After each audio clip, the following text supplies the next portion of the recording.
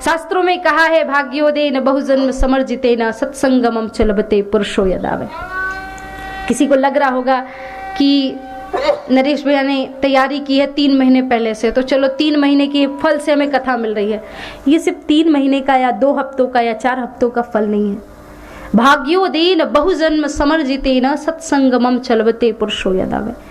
एक जन्म नहीं, जब कई कई जन्मों के पुण्य उदय होते हैं तब हमें प्रभु की कथा कहने और सुनने का सौभाग्य प्राप्त होता है। कथा एक ऐसी भाव में विभोर होकर के सुनी जाती है जहां पे हमें दुनिया के सारे प्रपंचों से ये क्षण दूर लेकर के जाए। सबसे स्पष्ट बात मैं आपको बोलती हूं कि अगर मैं ये बात आपको कह रही हूं कि बड़े भाग्य से हमें मनुष्य जन्म मिला है और बड़े भाग्य से हमें कथा सुनने को मिली है, तो आपको ये समझना भी होगा कि हम किस ओर जा रहे हैं, हम उस भाग्य को कितना हम भगवान के कार्य पे खरे उतर पाए हैं। आपको बहुत सरल तरीके से बताती हूँ कि जो कथा आप बैठ करके सुन रहे हैं यहाँ पे, ये कथा बड़े बड़े देवताओं को भी दुर्लभ है। भागवत महापुराण के महात्म में आप श्रवण करेंगे तो पता चलेगा कि जब परीक्षित जी महाराज को सुखदेव जी कथा सुना रहे थे तो आकाश के देवता अमृत का कलश लेकर के आए। परीक्षिते कथा वक्तुम सभायाम संस्थिते सुखे सुधा कुंभम गृहीते देवस्तत्र समागता। आप बिल्कुल निश्चिंत रहे, मैं बहुत ज़्यादा संस्कृत में बात नहीं करूँगी क्योंकि यहाँ के लोग ज़्यादा हिंदी नहीं समझ पाते तो संस्कृत क्या समझेंगे, और आधे लोग पंजाबी आधे लोग गुजराती, तो मैनू पंजाबी आती नहीं है और गुजराती आवड़े छे थोड़ी थोड़ी, हूँ प्रयास करी है ना, थोड़ी थोड़ी आवड़े छे, इतना नहीं आता कि मैं बोल सकूँ केम छो और ये सब सीख चुकी हूँ। सो केम छो, फाइन, सारू छो, हाँ मजा मा। आवाज आनी चाहिए कि कितने लोग गुजराती बैठे हैं, तो गुजरातियों की आवाज में थोड़ा दम होता है ना, वरना पंजाबी 4-5 भी होंगे तो ले जाएंगे बल्ले बल्ले करके, हाँ क्योंकि उनसे कोई नहीं जीत सकता, तो बोलना चाहिए। बीच बीच में राधे राधे भी बोलते, प्रेम से बोले श्री राधे। कथा में निद्रा देवी बड़ा व्यवधान डालती हैं तो इसलिए राधे राधे बोलते रहना चाहिए, नहीं तो पता चला बगल वाला तो शयन आसन की ओर चला गया। और अगर बाजू में कोई बैठा है तो अगर सो रहा है तो थोड़ा हल्का सा धक्का दे देना, जोर से नहीं, हाँ पता चले मैं भागवत कथा सुना रही हूँ, आप महाभारत शुरू कर दे यहाँ पे।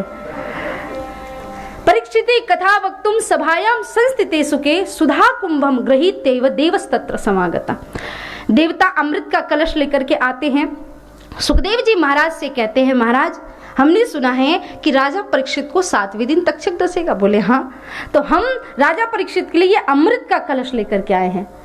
सुखदेव जी ने सोचा कि देवता कभी किसी को ऐसे ही उन पे कृपा नहीं करते, स्वकार कुशल सुरा, अपना काम बनाने में कुशल होते हैं, जरूर किसी ना किसी स्वार्थ से आए हैं, क्योंकि शास्त्रों में कहा है सुर नर मुनि सबकी यह रीति स्वार्थ लाग करहीं सब प्रीति। सबकी जीवन का एक स्वार्थ होता है, हमसे कोई भी जुड़ता है किसी न किसी स्वार्थ से ही जुड़ता है, हर एक व्यक्ति का स्वार्थ होता है।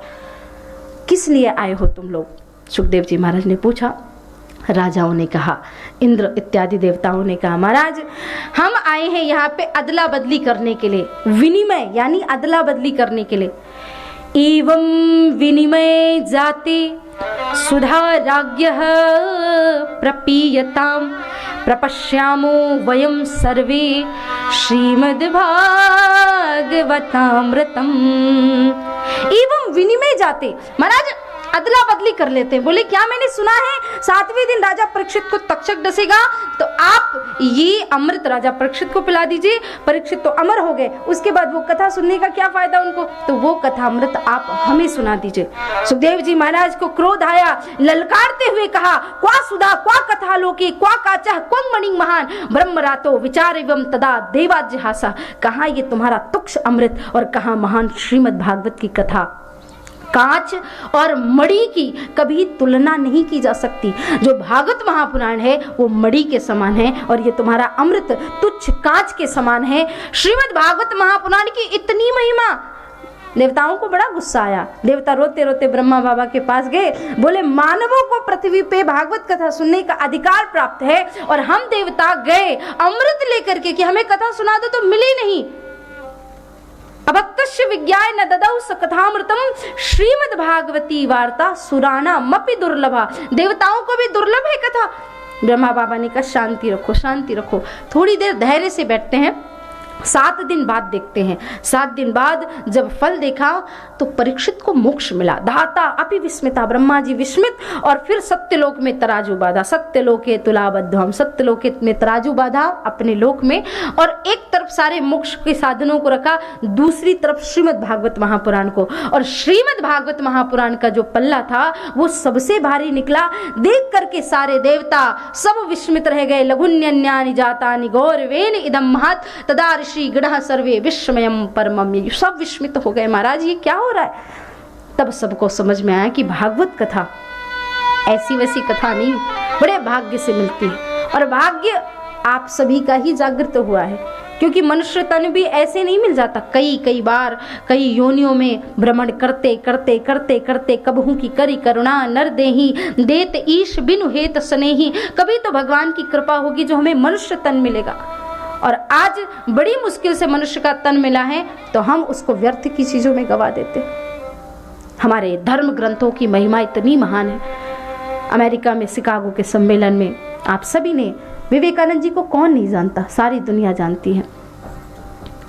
विवेकानंद जी महाराज ने अपनी स्पीच दी, लोग बहुत प्रभावित हुए। वहां के धर्मगुरु बड़े दुखी हो गए कि भारत का आया हुआ एक नवयुवक, इसने सबको अपने वश में कर लिया।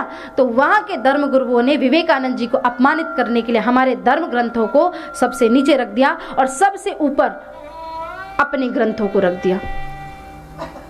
महाराज विवेकानंद जी ने कुछ भी नहीं कहा, चुपचाप गए और सीधे श्रीमद् भगवद गीता को नीचे से निकाल दिया। उनके सारे धर्म ग्रंथ अपने आप गिर गए। विवेकानंद जी महाराज ने एक शब्द कहा कि भारतीय धर्म ग्रंथ में ही इतनी शक्ति है कि दूसरे धर्म ग्रंथों का भार सह सके। दुनिया के और किसी धर्म ग्रंथ में इतनी शक्ति नहीं जो भारतीय संस्कृति और भारतीय धर्म ग्रंथ का भार सह सकता है। यह हमारी महानता है, हमारे धर्म की महानता है, हमारी विशेषता है। तो आपको तो गर्व होना चाहिए, आपको प्राउड होना चाहिए आपकी संस्कृति पे, आपको प्राउड होना चाहिए अपने इस वातावरण पे, आपको प्राउड होना चाहिए आप किस देश से आए हैं। हमारा देश वो देश है जहाँ पे हम कहते सर्वे भवन्तु सुखिनः। We are come from a country, that country says that oh God everyone safe। हाँ, सर्वे भवन्तु सुखिनः, सब सुखी हो, सब निरोगी हो। हम कभी अपनी खुशी की कामना नहीं करते। हम कहते हैं, हम ये नहीं कहते भारत का कल्याण हो, हम कहते विश्व का कल्याण हो। नो वन सैड, सब सुखी हो, सब कोई दुखी ना हो, सब निरोगी हो, सबको परमात्मा खुशियां प्रदान करे। हम तो चींटी को भी शक्कर खिलाते हैं, हम तो मछली को भी आटे की गोलियां डालते हैं, हम तो सर्प को भी दूध पिलाते हैं। हमने कभी किसी का बुरा नहीं चाहा।